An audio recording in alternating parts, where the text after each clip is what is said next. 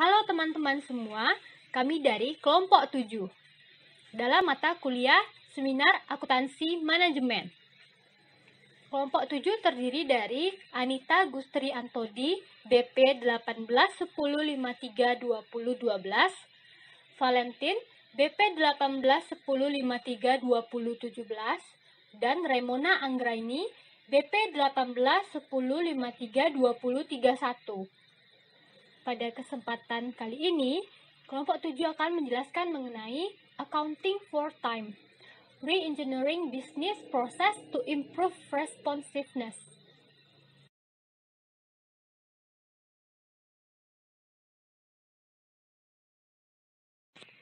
Accounting for Time, Re-engineering Business Process to Improve Responsiveness dilatar belakangi dengan meningkatnya persaingan bisnis dari waktu ke waktu.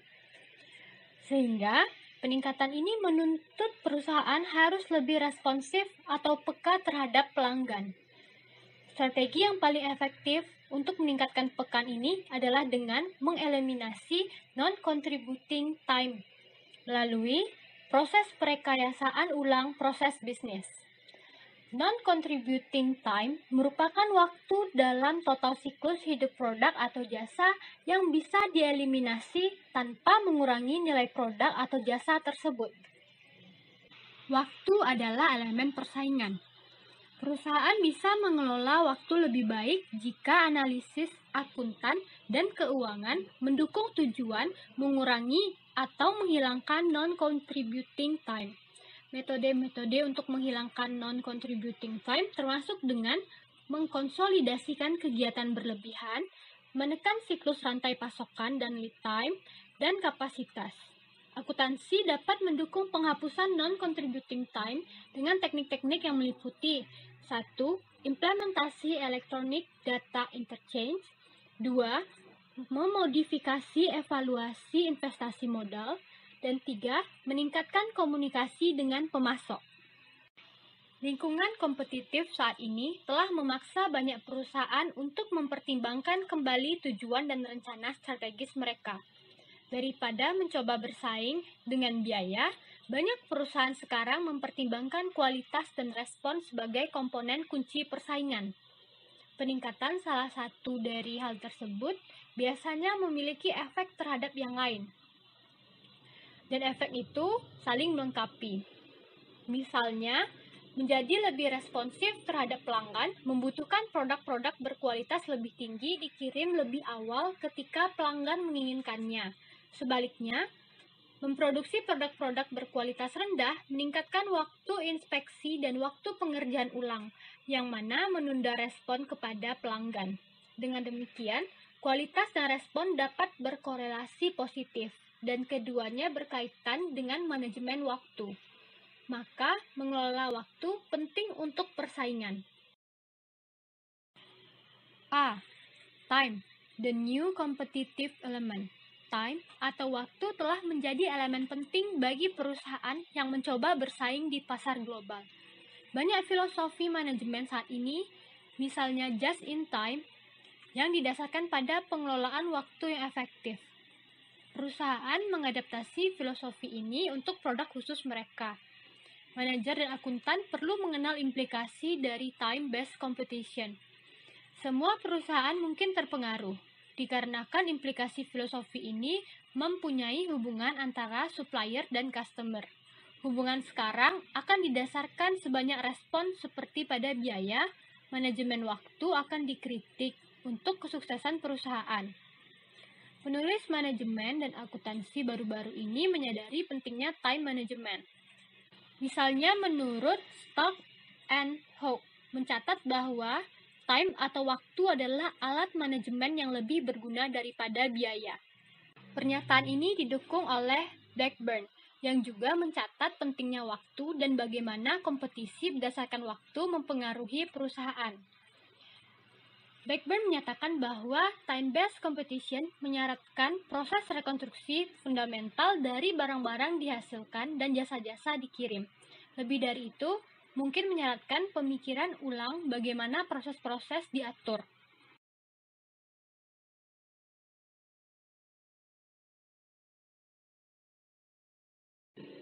B. Identifying non-contributing time. Untuk mengelola waktu secara efektif, perusahaan membutuhkan untuk membedakan antara waktu yang memberikan kontribusi dan yang tidak memberikan kontribusi. Contributing time adalah waktu yang menambah nilai produk, misalnya fungsi order entry, transformasi bahan, perakitan bagian, packaging produk, dan pengiriman produk yang merupakan unsur penting untuk nilai suatu produk. Non-contributing time adalah sebaliknya. Non-contributing time setiap saat dalam siklus hidup produk total dapat dihilangkan tanpa mengurangi nilai produk. Itu termasuk waktu tunggu produk untuk proses penambahan nilai selanjutnya yang diterapkan. Misalnya, menunggu persediaan, buffer di antara mesin, dan memuat dock. Non-contributing time juga mencakup waktu-waktu pada proses bernilai tambah yang dapat dieliminasi untuk proses yang lebih efektif. Dengan definisi ini, semua pengerjaan ulang dan inspeksi menghasilkan non-contributing time. Untuk service, non-contributing time dianalogikan banyak waktu jasa menunggu untuk ditindak.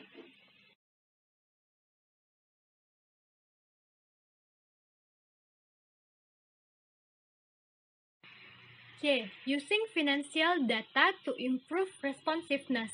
Jika perusahaan ingin menggunakan data keuangan untuk membantu mengevaluasi waktu yang tidak memberikan kontribusi agar bisa dikurangi atau dihapus, maka perusahaan tersebut membutuhkan informasi yang akurat tentang aktivitas yang menyebabkan non-contributing time dan biaya dari aktivitas tersebut. Dalam hal ini, perusahaan memerlukan ABC untuk mengidentifikasi aktivitas dan biaya produk atau jasa tersebut. Tanpa ABC, setiap analisis biaya terhadap pengurangan ataupun penghapusan aktivitas akan dibatasi karena adanya distorsi atau perubahan biaya yang sudah melekat pada sistem biaya tradisional. Penggunaan ABC penting untuk membangun dan menggunakan rantai nilai agar bisa menspesifikasi pengaturan hubungan dari aktivitas penciptaan nilai mulai dari bahan baku sampai dengan proses produksi. Penciptaan sebuah rantai nilai diperlukan untuk menentukan driver cost, hubungan antara aktivitas, nilai dari kelanjutan produk, serta menghitung supplier dan margin pelanggan. Selanjutnya yaitu using the information in the supply chains to avoid redundancies. Setelah perusahaan mengimplementasikan ABC, perusahaan bisa menggunakan informasi tentang aktivitas dan biaya mereka untuk membantu dalam memperbaiki proyek yang akan meningkatkan pertanggungjawaban. Untuk menggambarkan bagaimana data keuangan bisa digunakan, asumsikan ada sebuah perusahaan yang menghasilkan dua produk, A dan B, dengan menggunakan dua bahan baku, X dan Y. Nah, pada tabel 1 menunjukkan data produksi dan penggunaan bahan baku pada periode lalu. Rata-rata penggunaan bahan baku per hari didasarkan pada 250 hari kerja per tahun. Analisis berikut ini menunjukkan bagaimana data keuangan bisa digunakan untuk mendukung 3 metode yang telah didiskusikan sebelumnya untuk pengurangan dan penghapusan non-contributing time.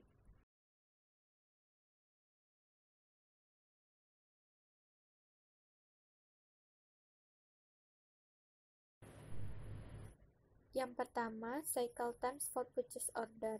Siklus waktu untuk pesanan pembelian adalah 25 hari yang terdiri dari 4 hari persiapan. Setiap kali jumlah persediaan dalam sistem informasi berada di bawah titik pemesanan ulang, sistem akan menghasilkan sebuah kertas laporan yang selanjutnya akan dikirim ke manajer persediaan untuk menyetujui pesanan. Sistem kemudian akan menyiapkan order pembelian. Seorang pegawai pembelian memverifikasi permintaan manajer dan pembelian pesanan disetujui. Selanjutnya, 3 hari pesanan melalui mail kepada supplier. Selanjutnya, 4 hari penerimaan, supplier membuka email, kemudian pesanan dientrikan. Selanjutnya, 5 hari dalam proses. Supplier membuat laporan order pembelian, memverifikasi status kredit customer, dan mengirimkan memo pada perusahaan. Dan selanjutnya, 5 hari konfirmasi supplier. Supplier mengkonfirmasi tanggal pengiriman dengan perusahaan menyiapkan dokumen ekspedisi dan mengirimkan pesanan ke gudang. Dan yang terakhir, 4 hari pengiriman. Supplier memuat ke truk, pengantaran truk, dan pengirim material ke dokumen persediaan perusahaan. Kedua, inventory reorder point for raw material. Titik pemesanan kembali persediaan untuk setiap bahan baku adalah 16.000 unit, yang mana ditentukan dengan mengalihkan 400 unit per hari dengan 40 hari waktu yang dibutuhkan untuk persediaan minimum. 25 hari cycle time untuk pembelian ditambah 15 hari untuk safety stock. Suatu sumber dari waktu yang tidak berkontribusi dalam proses pembelian adalah persetujuan pemasok terhadap informasi pesanan dari kertas order pembelian perusahaan. Jika perusahaan memiliki sistem pengorderan yang otomatis dan supplier juga memiliki sistem penerimaan order yang otomatis, tentu hal ini akan membantu perusahaan untuk menghindari aktivitas yang berlebihan. Jika perusahaan dan pemasok menggunakan EDI untuk mengirim dan menerima order pembelian dan menghubungkan informasi antar perusahaan, preparation, mail transit, receipt supplier, supplier process, dan supplier confirmation, semua fungsi tersebut dapat dilakukan secara elektronik. EDI adalah suatu sistem pertukaran antar komputer mengenai format bisnis dan data teknikal. Jika sebuah perusahaan dan supplier mengimplementasikan EDI untuk mengorder dan mengisi order, keduanya bisa bermanfaat dalam penurunan waktu proses. Pada eksibit 2 di atas, terlihat bahwa dengan menggunakan EDI, waktu pembelian dapat ditekan menjadi 4,5 hari dari sebelumnya adalah 25 hari, sehingga jumlah persediaan selama 20,5 hari data dihapuskan. Dari pemakaian EDI ini, perusahaan dapat meminimkan biaya sebanyak waktu non-contributing sama dengan 25 hari dikurang 4,5 hari waktu non-contributing sama dengan 20,5 hari. Penurunan bahan baku sama dengan 20,5 hari. 40 hari penurunan bahan baku sama dengan 51%. Jika dirata-ratakan, penggunaan masing-masing bahan baku adalah 400 unit per hari, maka persediaan yang dapat dikurangi sama dengan 20,5 hari dikali 400 unit sama dengan 8.200 unit dapat dikurangi. Penghematan biaya pembelian bahan baku yang dapat dilakukan perusahaan jika menggunakan EDI adalah: yang pertama, untuk bahan baku X. Penurunan biaya pembelian bahan baku X sama dengan 8.200 unit dikali 800.000 per 100.000 penurunan biaya. Pembelian bahan baku X sama dengan 65.600. Untuk bahan baku Y, penurunan biaya pembelian bahan baku Y sama dengan 8.200 dikali 1.200.000 per 100.000 penurunan biaya. Jadi pembelian bahan baku Y sama dengan 98.400.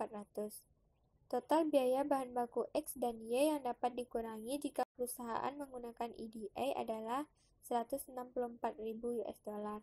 Diasumsikan biaya angkut 10%, maka perusahaan dapat menghemat biaya hingga 16.400 per tahun.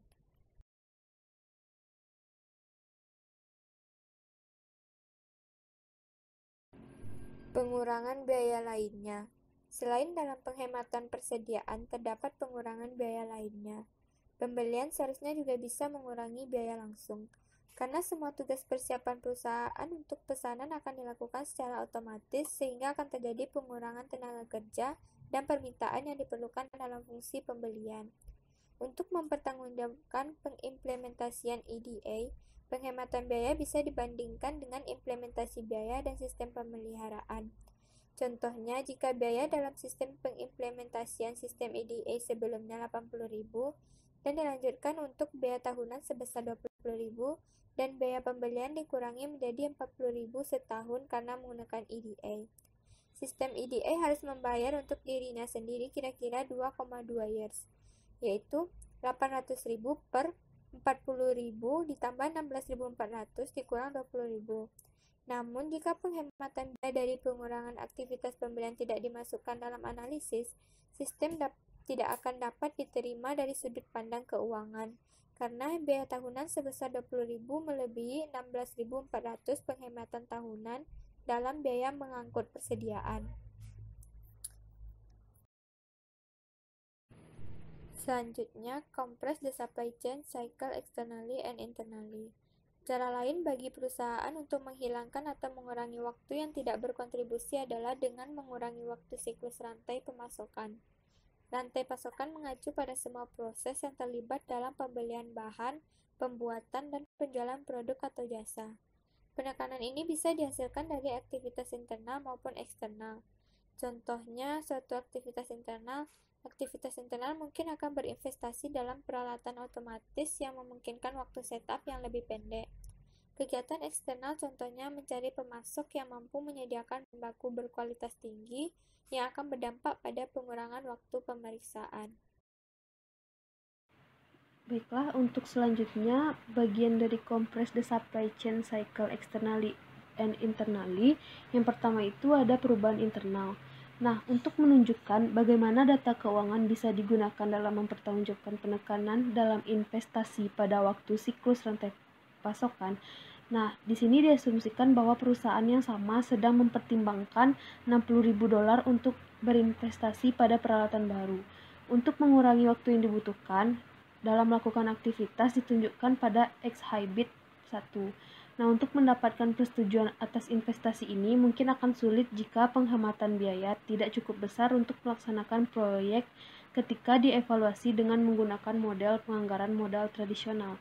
Dua kemungkinan penyebab masalah ini, yang pertama itu adanya beberapa pengukuran penghematan biaya dapat dihilangkan dari analisis. Nah, yang kedua, beberapa penghematan biaya mungkin tidak bisa diukur. Evaluasi awal dari investasi ini mungkin didasarkan pada penghematan biaya pada pengurangan waktu setup. Setup time per batch dengan tanpa investasi untuk peralatan otomatis adalah sebagai berikut. Kita bisa lihat di dalam PPT terdapat tabel X-Hybrid 3 tentang analisis dari biaya setup. Nah, pada X-Hybrid 3 ini menunjukkan penghematan biaya yang dihasilkan dari pengurangan waktu setup.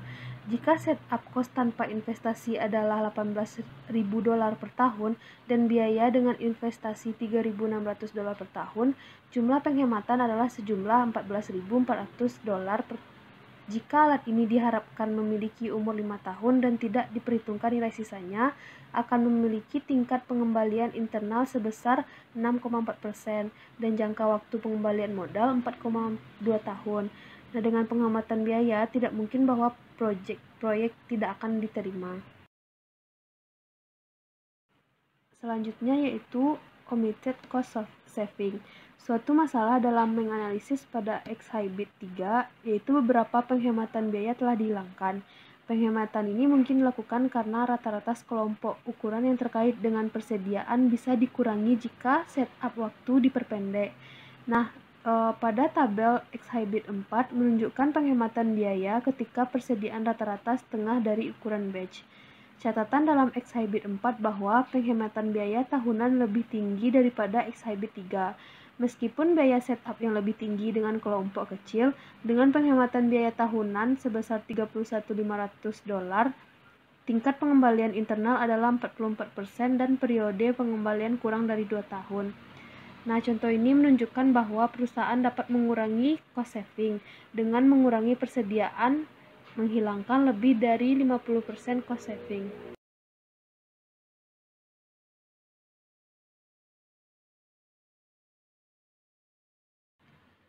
Nah, yang ketiga yaitu survival investment. Jika penghematan perusahaan tidak dapat atau tidak ingin diperkirakan, pendekatan lain untuk mempertanggungjawabkan proyek mungkin bisa dipertimbangkan dengan mempertahankan kelangsungan hidup investasi. Sama seperti perusahaan mungkin harus berinvestasi dalam peralatan pengendalian polusi. Jika itu akan mempertahankan terlepas dari pengembalian peralatan atau internal rate of return. Perusahaan juga mungkin harus menanamkan dalam proyek pengurangan waktu non-contributing jika ingin bertahan. Nah, pendekatan ini jelas mengidentifikasi investasi yang kritis sehingga mereka dapat menerima prioritas tinggi dalam proses pengeluaran modal. Nah, yang keempat yaitu perubahan eksternal. Perusahaan juga harus mempertimbangkan perubahan eksternal untuk mengurangi waktu internal yang tidak berkontribusi. Misalnya, pada bahan baku kualitas yang lebih tinggi dapat mengakibatkan penurunan yang signifikan dalam waktu inspeksi. Selanjutnya yaitu sinkronisasi pengurangan waktu dan kapasitas dalam rantai pasokan. Pendekatan lain untuk mengurangi waktu yang tidak memberikan kontribusi adalah dengan menyamakan aktivitas dalam rantai pasokan. Misalnya, jika pemasok tidak bisa mengantisipasi variasi kuantitas dalam pesanan yang diterima, maka hal itu tidak akan bisa meratakan aktivitas produksi dari hari ke hari. Pendekatan yang lebih baik yang akan membantu pemasok untuk mendapatkan data berkali-kali dan lengkap tentang penggunaan bahan baku oleh pelanggan dapat dicapai melalui sistem EDI, pertukaran data elektronik. Dalam pertukaran data, pemasok mungkin menawarkan jaminan waktu pengiriman maksimal. Dengan adanya jaminan ini akan memungkinkan pelanggan untuk mengurangi cadangan persediaannya, karena dapat mengandalkan pengiriman dari pemasok. Penurunan cadangan persediaan akan mengarah pada penghematan biaya yang dapat dihitung dan dianalisis dengan cara yang sama dengan yang diilustrasikan pada kegiatan pembelian dengan sistem EDI. Selain itu, sinkronisasi lead time dan kapasitas juga mungkin terjadi. Sebagai contoh, sebuah perusahaan bisa bekerja sama dengan pemasok peralatan untuk merencanakan dan bahkan mempengaruhi desain pemasok dalam mengupgrade mesin. Selanjutnya yaitu reason for non-contributing time. Jika waktu non-contributing diilustrasikan di perusahaan ini, mengapa sih banyak waktu yang tidak berkontribusi? Nah, ada beberapa alasan utamanya. Yang pertama itu, kebutuhan untuk menjadi lebih responsif atau PK baru dianggap serius. Yang kedua, kebiasaan berpikir tentang biaya semata sudah begitu melekat sehingga untuk berpikir secara lebih luas menjadi sesuatu yang sulit. Yang ketiga, biaya produk berfokus pada biaya-biaya manufaktur. Yang keempat, kurangnya kerjasama. Untuk rantai suplai internal, orang-orang yang bekerja pada fungsi yang berbeda dalam perusahaan yang sama harus saling bekerja sama. Yang kelima, mahal dan perubahan dalam sistem informasi memakan waktu yang lama. Yang keenam, perubahan dalam hubungan kerja, prosedur, dan harapan yang secara tidak langsung mengancam pihak-pihak dalam perusahaan. Sekian dari kelompok kami, terima kasih atas perhatiannya. Maaf jika ada salah kata. Assalamualaikum warahmatullahi wabarakatuh.